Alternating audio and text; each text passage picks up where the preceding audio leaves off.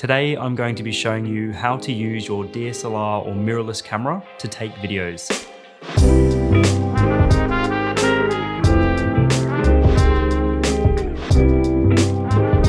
I've taught hundreds of people how to use a DSLR camera, and I think I've got it down to a bit of an art. And the good news is a lot of the settings are set and forget. So you set them once and just concentrate on the filming.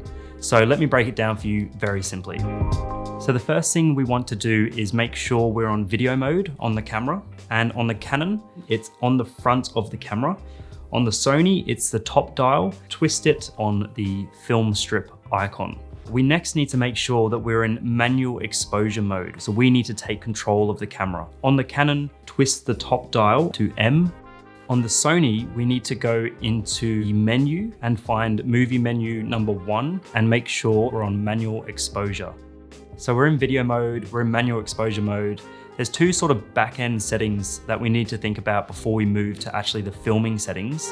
The newer cameras can film at 4K quality. That is the next level up from HD, and it is significantly better quality. So I would recommend it, if your camera can do it, to film in 4K. However, with a warning, only if your laptop or computer can actually handle editing 4K files. So make sure you do a bit of a test run. If it can, absolutely, you should film in 4K. Otherwise, high definition is still absolutely fine, and a lot of cameras, high definition is the maximum quality that they can film at.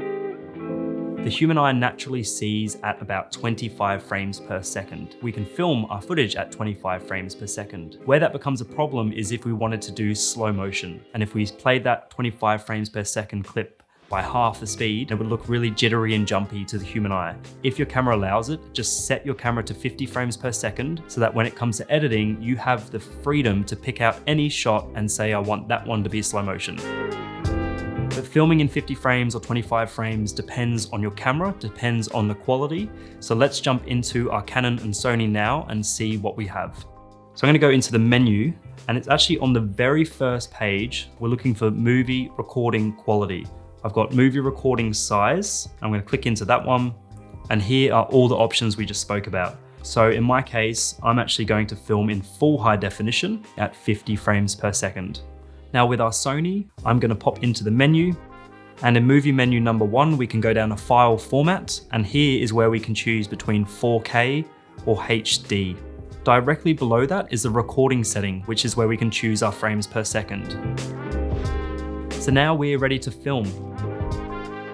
There are 3 settings that we need to consider when we're filming. It's your shutter speed, your aperture, and your ISO. And the 3 numbers are at the bottom. The far left is our shutter speed. Our aperture is the one with the F in front of it, and our ISO is the one on the far right, which says ISO. On a Sony, it's very similar. Let's break it down very, very simply. This is where it gets really easy in a way, because the shutter speed, the rule is it has to be double your frames per second. In my case, my frames per second was 50. I'm going to set it to 100, and it's done. The reason it's double your frames per second is because that's going to give you the most realistic look when it comes to motion blur.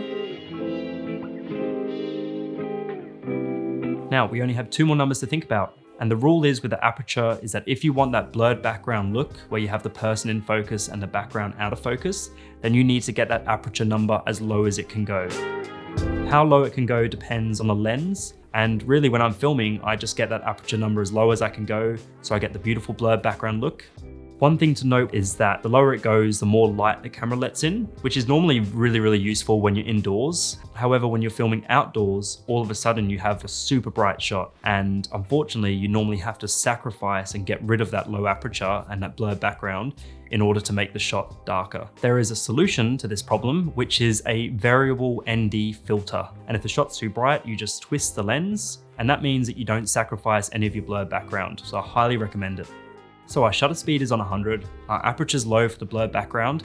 That only leaves us with one setting.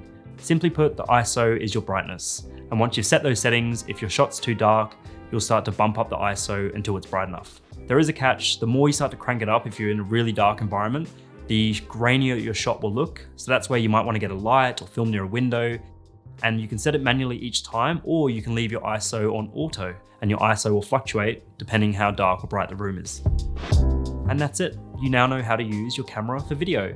And any camera will follow these same settings when it comes to video. You've got your shutter speed, your aperture, your ISO. So just set those settings to the rules and you're gonna have beautiful looking shots. If you have any questions, just reach out and I'll see you next time.